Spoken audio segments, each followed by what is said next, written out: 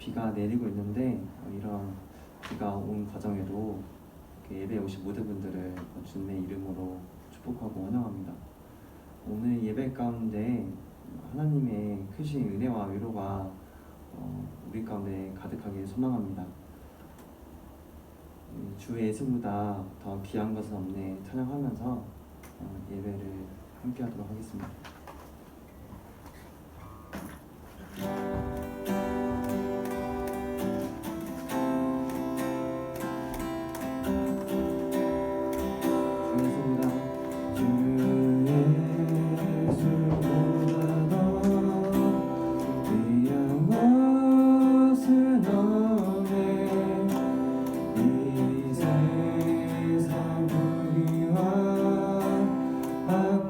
수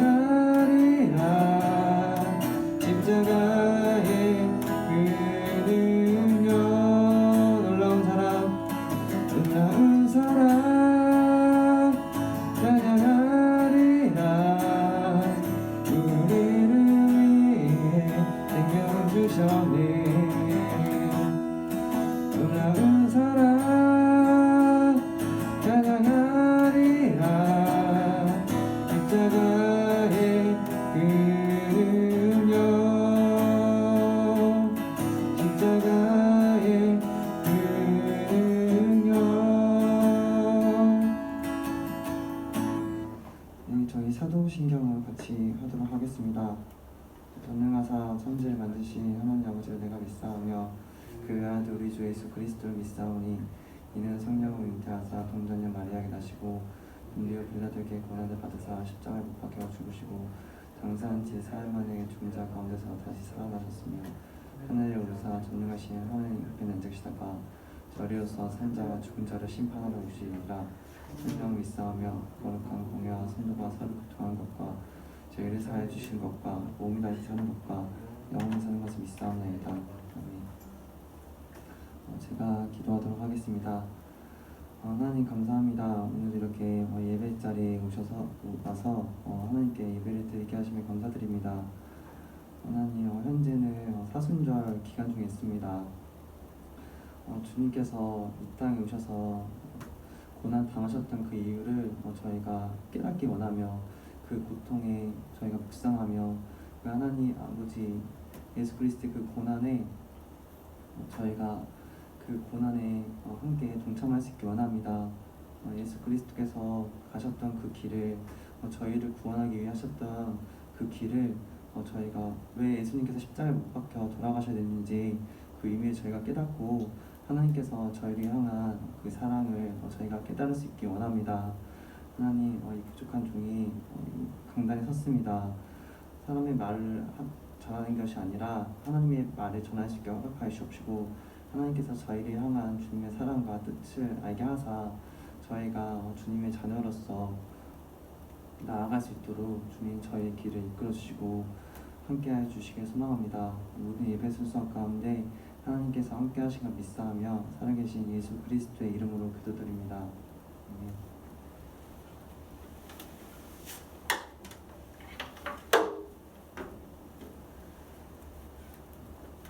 오늘 성경 본독은 요한복음 10장 7절에서 18절 말씀을 같이 읽도록 하겠습니다.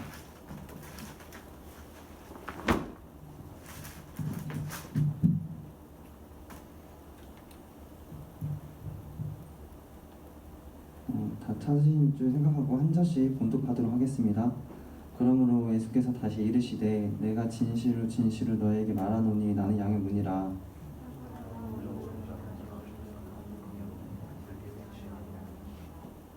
내가 문이니 누구든지 나로 말미암아 들어가면 구원을 받고 또는 들어가면 나음을 꿀을 얻으리라.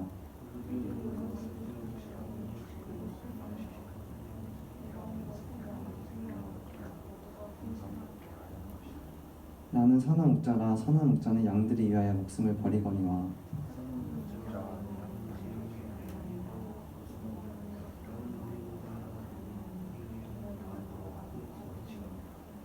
달아나는 것은 그가 삭구니 까닭에 양을 돌보지 아니함이나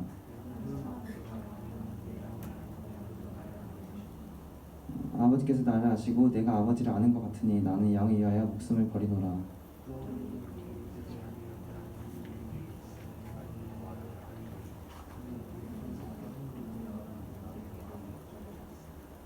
내가 내 목숨을 버리는 것은 그것을 다시 얻기 위함이니 이로 말미암아 아버지께서 나를 사랑하시느니라.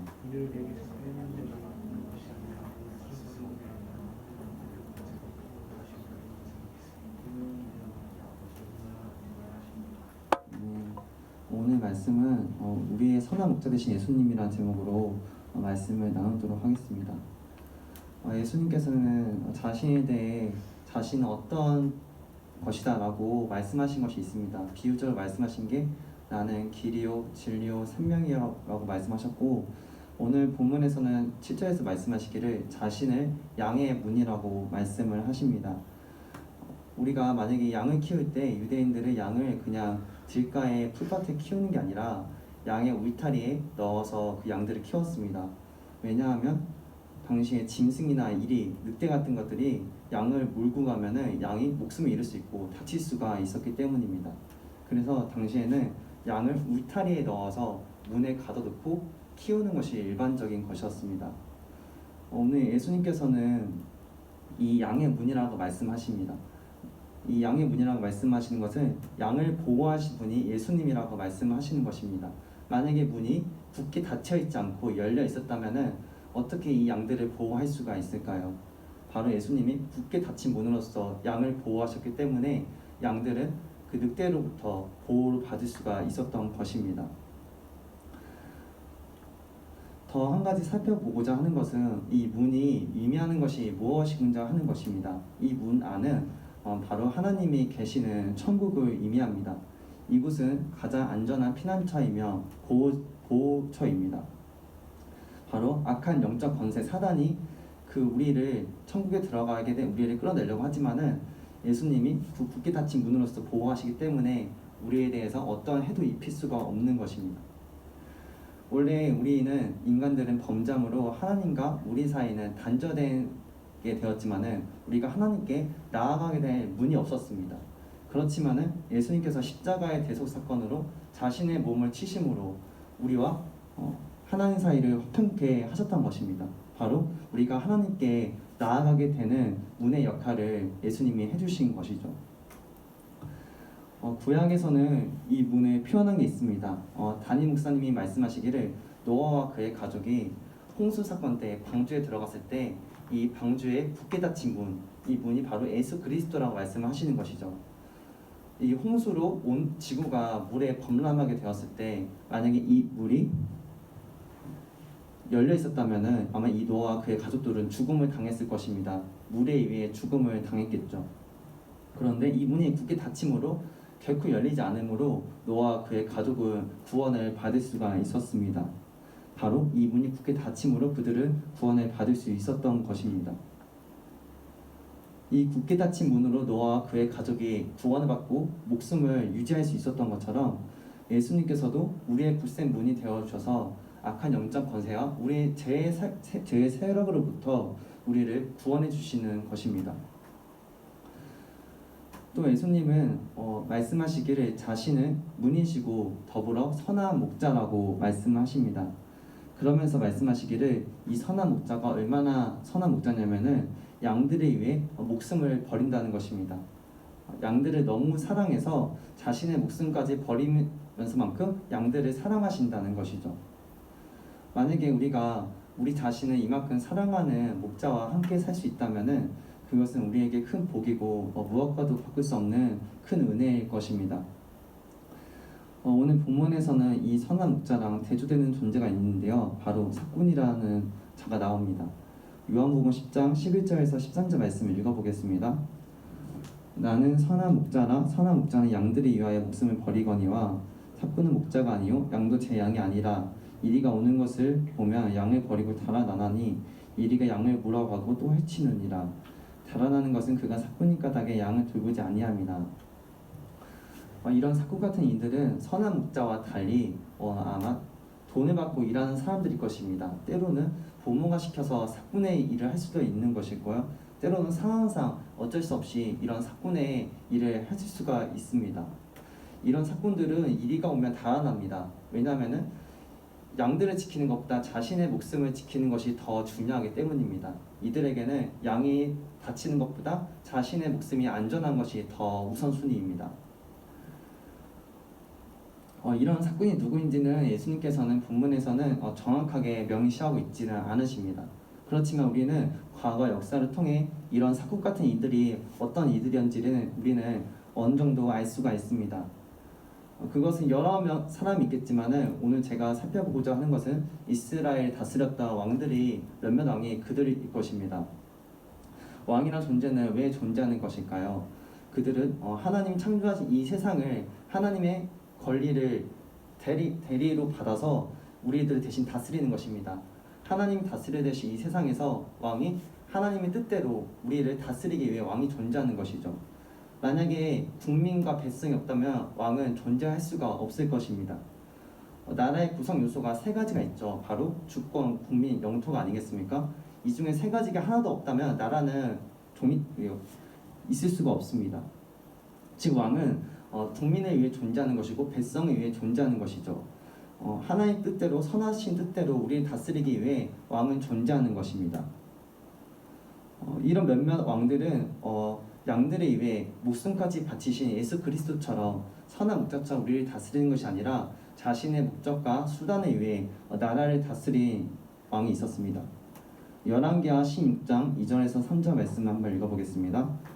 아하스가 왕이 될 때 나이가 20세라 예루살렘에서 16년간 다스렸으나 그의 조상 다윗과 같지 아니하여 그의 하나님 여호와께서 보시기에 정직히 행하지 아니하고 이스라엘의 여러 왕의 길로 행하며 또 여호와께서 이스라엘 자손 앞에서 쫓아내신 이방 사람의 가증한 일을 따라 자기 아들을 불 가운데로 지나가게 하며 하나님의 계명을 저버리고 내 이웃과 내 자신을 사랑하라는 그 뜻을 저버리고 이 왕은 자기 아들을 불 가운데로 지나가게 한 것입니다. 이 아들 불 가운데 지나가게 한 것은 하나님 뜻대로 행한 것이 아니라 바로 우상 숭배 때문에 이 우상 숭배를 위해서 자신의 아들을 불에 지나가게 한 것이죠. 이런 가증한 우상 숭배는 하나님께서 원치 않으신 것이었습니다. 하나님께서 이스라엘을 세우신 것은 하나님의 거룩하신 뜻을 보이고자 진리가 무엇인고자 세상에 알리기 위해 그 나라를 세우셨지만은 이스라엘은 그 하나님의 거룩하신 뜻을 저버리고 하나님의 뜻이 아닌 곁길로 빠지게 됩니다. 이렇게 계속해서 죄를 짓는 이스라엘은 계속해서 하나님이 선지자를 보내십니다. 너희 그렇게 살면 안 돼. 너희 그렇게 죄 지으면 안 돼. 너희가 그렇게 가는 것은 옳은 길이 아니야. 이렇게 몇 번이고 말씀하시지만 이스라엘은 그 하나님의 가르침과 하나님의 뜻을 몇 번이고 무시하고 저버립니다. 이렇게 계속해서 죄를 짓고 계속해서 하나님의 말씀을 저버리자 어떤 일이 일어나냐면은 이스라엘은 결국 심판을 받게 됩니다. 이들의 죄가 차서 더 이상 회복시킬 수 없을 만큼 부패해버리자 하나님은 이 이스라엘을 심판할 수밖에 없게 된 것입니다. 마치 곰팡이 핀 옷이 너무 곰팡이가 심해서 세탁기에 맡겨서 회복시키려 하지만은 도저히 회복시킬 수 없을 때 그 옷을 저버리게 되는 것처럼 하나님께서도 하나님의 거룩하신 뜻을 보여야 할 이 이스라엘이 부패해버리자 결국 바벨론이라는 나라의 침략을 받게 돼서 멸망을 받게 되는 것입니다. 열왕기하 25장 1절에서 7절 말씀을 읽어보겠습니다. 시드기야 제9년 열째 달 10일에 바벨론의 왕 느부갓네살이 그의 모든 군대를 거느리고 예루살렘을 치러 올라와서 그 성에 대하여 진을 치고 주위에 토성을 쌓으매 그 성이 시드기야 왕 제11년까지 포위되었더라. 그의 넷째 달 9일에 성중에 기근이 심하여 그 땅 뱃성의 양식이 떨어졌더라. 그 성벽이 파괴됨에 모든 군사가 밤중에 두 성벽 사이 왕의 둔산 견문길로 도망하여 갈대아인들이 그 성읍에 에워쌌으므로 그가 아라바 길로 가더니 갈대아 군대가 그 왕을 뒤쫓아가서 여리고 평지에서 그를 따라잡음에 왕의 모든 군대가 그를 떠나 흩어진지라. 그들을 왕으로 사로잡아 그를 리블라에 있는 바벨론 왕에게로 끌고 가매 그들을 심는니라. 그들이 시드기야의 아들들을 그의 눈앞에서 죽이고 시드기야의 두 눈은 빼고 노사슬로 그를 결박하여 바벨론으로 끌고 가더라. 이처럼 이스라엘 왕들은 사국과 같은 목자가 있었습니다. 양들을 위해 목숨을 버리는 것이 아니라 자신의 유익과 만족을 위해 양들을 이용하고 또 자신의 아들을 불길로 지나가게 하고 또 자신의 목숨이 위태로워지자 양들을 버리고 달아나는 것을 보게 됩니다.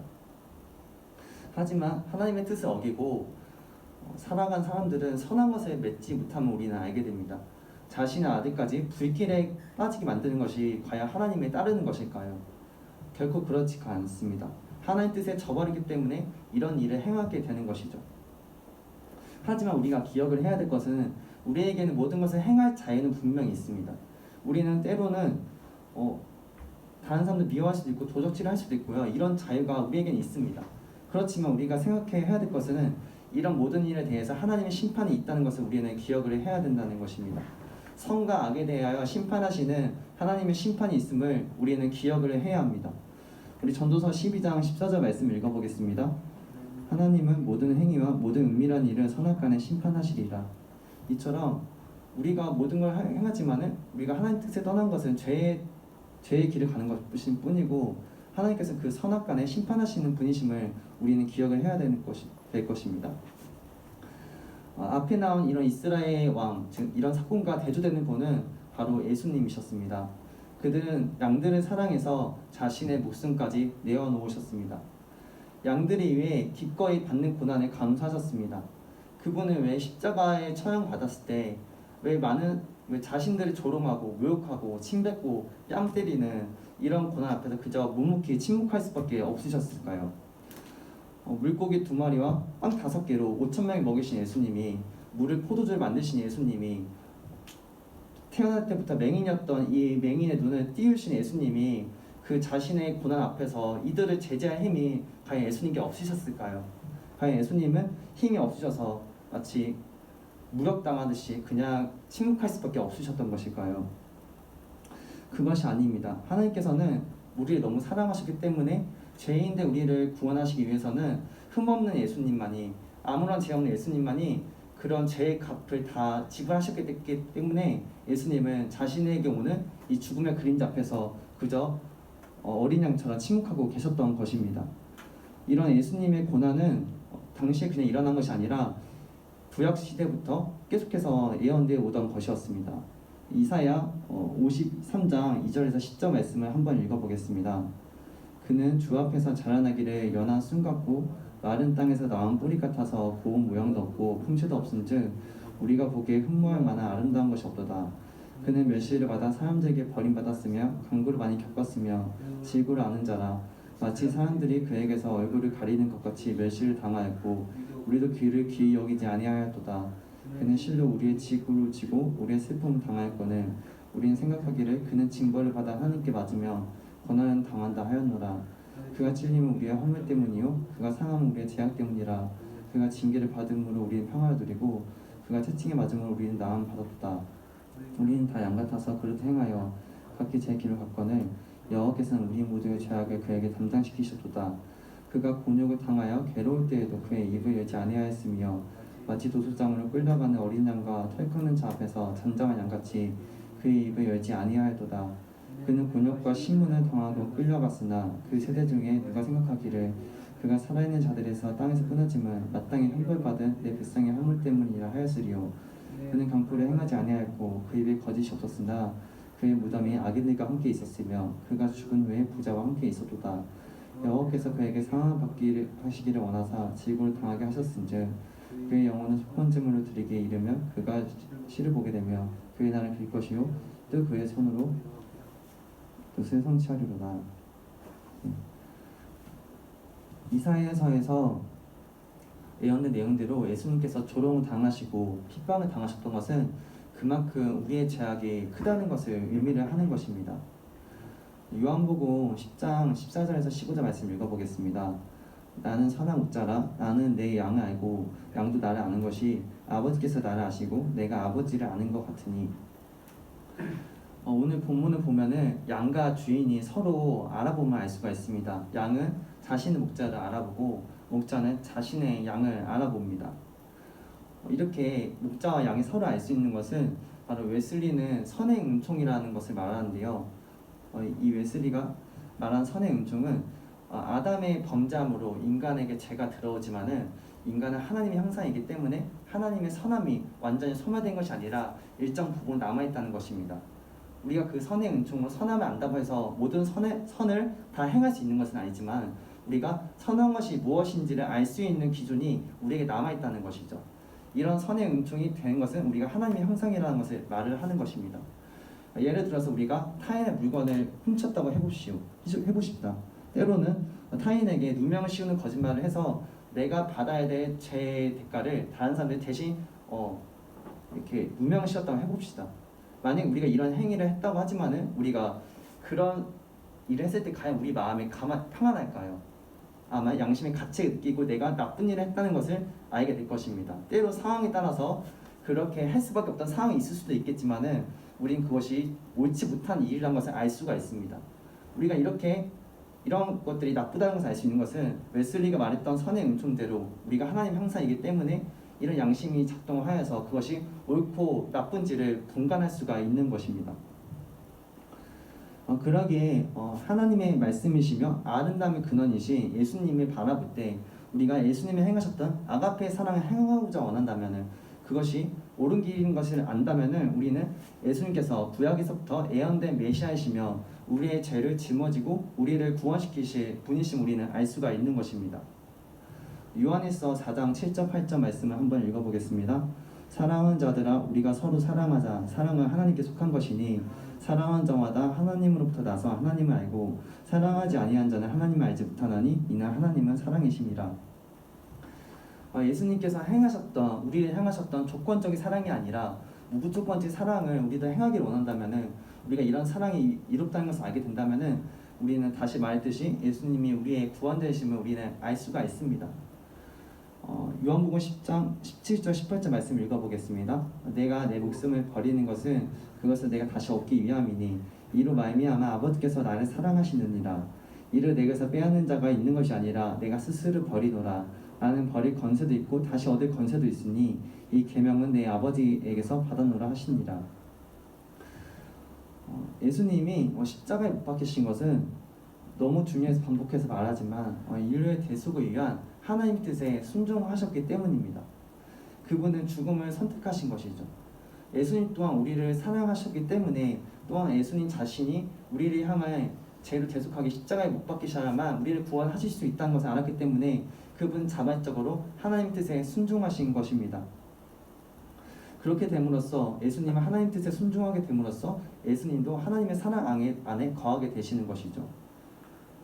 예수님은 결코 사단의 악한 영적 권세 그리고 유대 지도자들의 힘이 세서 그들의 힘 앞에 무력함을 느끼고 바로 그 타의로 인해서 죽음을 당하신 게 아닙니다. 바로 예수님이 이 죽음을 택하신 것이죠. 예수님이 스스로 죽음을 자초하신 것입니다. 왜냐하면 우리에 향한 누군가가 그 죄의 대속을 짊어져야만 우리가 대신 짊어져야 될 그 죄의 대가를 누군가를 짊어져야만 바로 우리가 하나님과 화평하게 될 수 있기 때문입니다. 이 죄의 대가를 지불되지 않는다면 우리는 하나님께 결코 나아갈 수가 없는 것입니다. 요한복음 15장 13절 말씀 읽어보겠습니다. 사람이 친구를 위하여 자기 목숨을 버리면 이보다 더 큰 사랑이 없나니. 사람이 친구를 위해 목숨을 버리면은 이보다 더 큰 사랑이 없다고 나옵니다. 예수님께서는 왜 그토록 큰 고난을 겪으셔야 했습니까? 그것은 하나님의 뜻에서 떠난 것이 죄이며 이 세상을 파괴시키기 때문입니다. 우리가 지은 죄로 파괴된 세상은 하나님께 자신의 억울함을 호소합니다.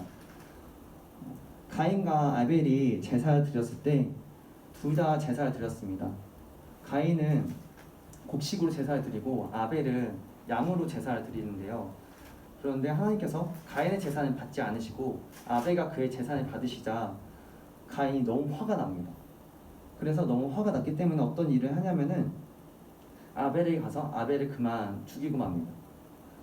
이때 하나님께서는 가인에게 말씀하시기를 내가 죽인 아벨의 피가 땅에서 나에게 호소한다고 말씀하십니다. 창세기 4장에서 9절 10절 말씀 읽어보겠습니다.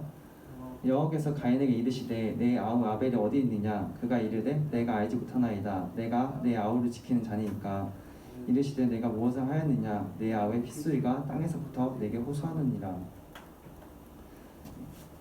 이처럼 우리가 지은 죄가 있다면 그 지은 죄로 인해 피해받은 이들을 하나님께 자신의 억울함을 호소합니다. 하나님께서는 이 억울한 호소를 그냥 지나치신 게 아니라 다 듣고 계신 것입니다. 그렇기 때문에 하나님께서는 세상의 창조주이자 심판자로서 우리가 지은 죄를 그저 용납할 수가 없으셨습니다. 하나님은 창조 세계를 파괴시키는 것에 대해서 그 죄에 대한 그런 심판을 하실 수밖에 없는 분이셨습니다. 우리 로마서 1장 18절에서 20절 말씀 한번 읽어보겠습니다. 또 하나님의 진노가 불의로 진리를 막는 사람들의 모든 경건하지 않은가 불의에 대하여 하늘로부터 나타나나니 이날 하나님을 알만한 것이 그들 속에 보임이라. 하나님께서 이를 그들에게 보이셨느니라.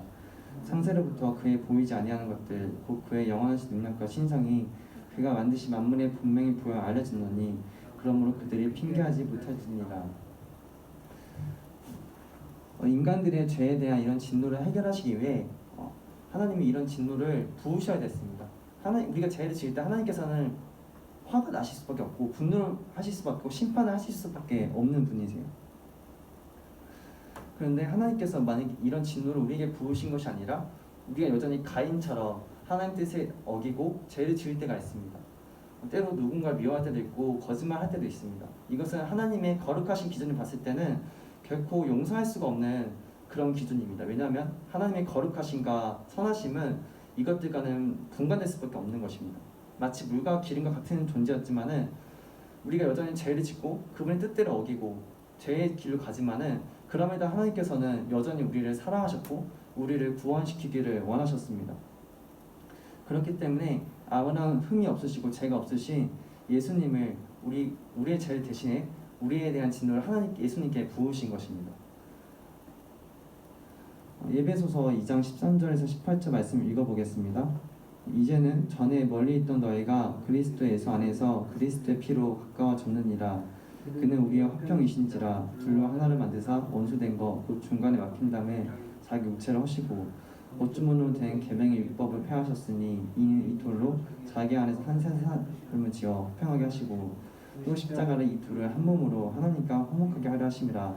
원수된 것을 십자가로 소멸하시고 또 오셔서 원대 있는 너희에게 평안을 전하시고 가까운 데 있는 자들에게 평안을 전하셨으니 이는 그를 말미암아 우리 둘이 한 성령 안에서 아버지께 나아감을 얻게 하려 하심이라.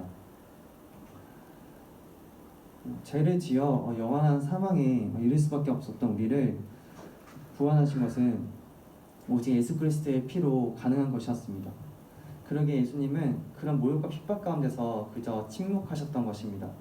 왜냐하면 우리를 너무 사랑하셔서 구원하시고 싶으셨기 때문입니다. 예수님의 이 십자가 사건으로 우리가 하나님과 화평하게 되었습니다. 그 예수님의 고난에 대해서 우리가 한번 이 사순절 기간에 묵상하는 시간을 가졌으면 좋겠습니다.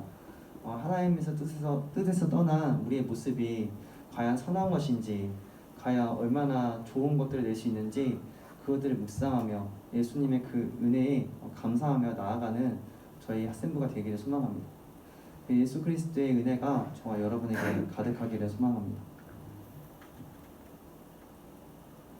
우리 죄 위에 죽으신 주 찬양하면서 헌금 봉헌하는 시간 가지도록 하겠습니다.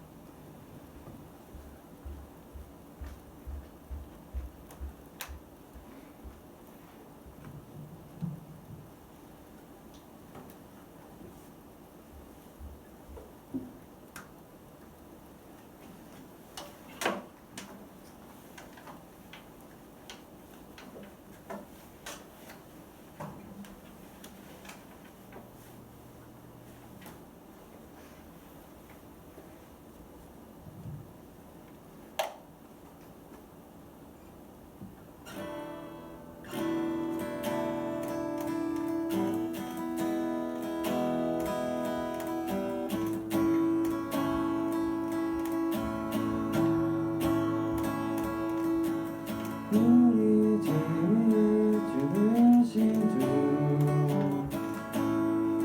십자가 그 사랑 감사하네.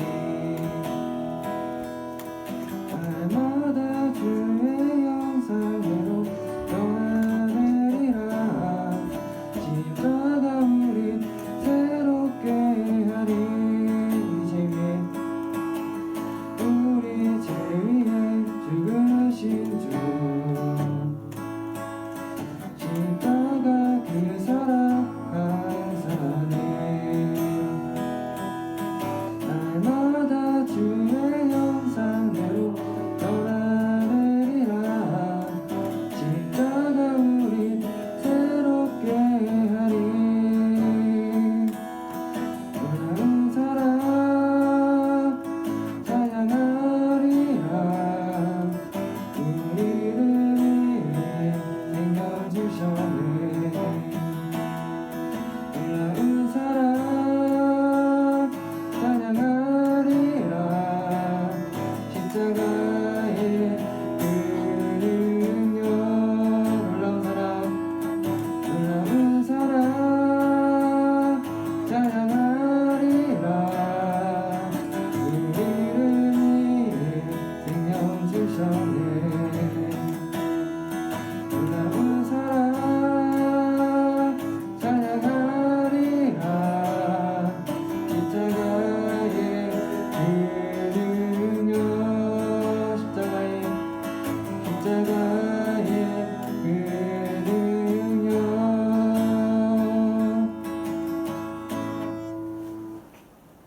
이제 기도하는 시간 가지도록 하겠습니다.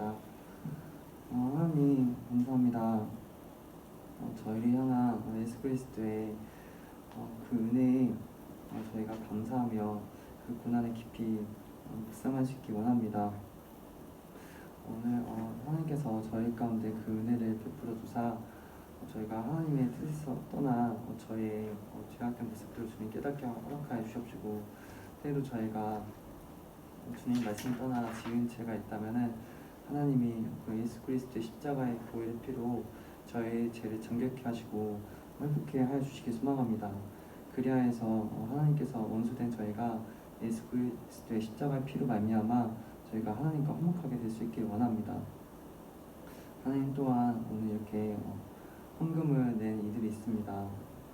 이들의 낸 헌금을 통하여 이 교회가 하나님의 몸된 교회로서 하나님의 뜻과 사랑을 세상에 전할 수 있게 허락하여 주시옵시고, 또한 그들의 삶 가운데 하나님께서 지혜를 주시고 길을 열어주사 하나님의 자녀로서 이 세상에 선한 영향력을 발휘할 수 있게 허락하여 주옵시고, 또 때로 재정에 대한 고민이 있다면 그 재정에 대한 것들을 고민을 주님이 해결해 주시옵시고, 또 학업에 있어서 지혜에 대해서 부족함이 있다면 하나님께서 그 지혜를 주사 풍성하게 해결하게 주시길 소망합니다. 또 헌금을 내고 싶었으나 상황이 여의치 않아 내지 못한 이들이 있습니다.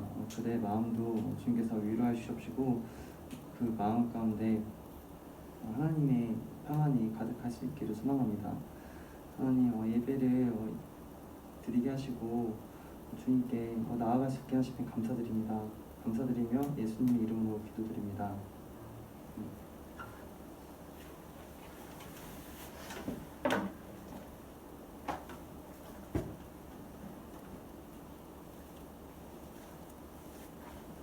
저희 광고 시간이 있는데요. 중요한 광고가 몇 가지가 있습니다. 먼저 그 사순절 특별 새벽 기도회가 그 다음 주 월요일부터 시작이 됩니다. 3월 22일부터 26일까지, 그리고 3월 29일부터 4월 2일까지 2주에 걸쳐서 5시 반에 새벽 기도회가 있는데요.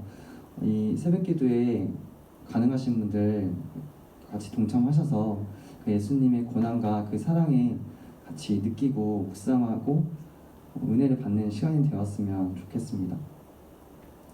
또 3월 다음 주 예배와 그 다음 주 예배, 3월 27일과 4월 3일에 저희가 이곳에서 예배를 드리는 것이 아니라 그 시원선전에서 그 예배를 드립니다. 그러니까 그 임원분들은 같이 시온선전에 와서 같이 예배를 드리는 시간이 되었으면 좋겠습니다. 당분간 코로나로 인해 2부 순서가 없습니다. 그리고 지금처럼 10분 일찍 와서 기도로 예배를 준비하고 그 삶 가운데 하나님의 은혜가 가득한 저희 디나미스 학생부가 되기를 소망합니다. 저희 주기도문 하면서 예배를 마치도록 하겠습니다. 하늘에 계신 우리 아버지여, 이름이 거룩히 여김을 받으시오며 나라 임하옵시오며 뜻이 하늘에서 이루어진 것 같이 땅에서도 이루어지이다. 오늘날 우리에게 일용할 음식을 주옵시고, 우리가 우리에게 죄 지은 자를 사하여 준 것 같이 우리의 죄를 사하여 주옵시고, 우리의 시험 들게 하지 마옵시고 다만 악에서 구하옵소서. 내게 나라와 권세와 영광이 아버지께 영원히 있사옵나이다. 아멘.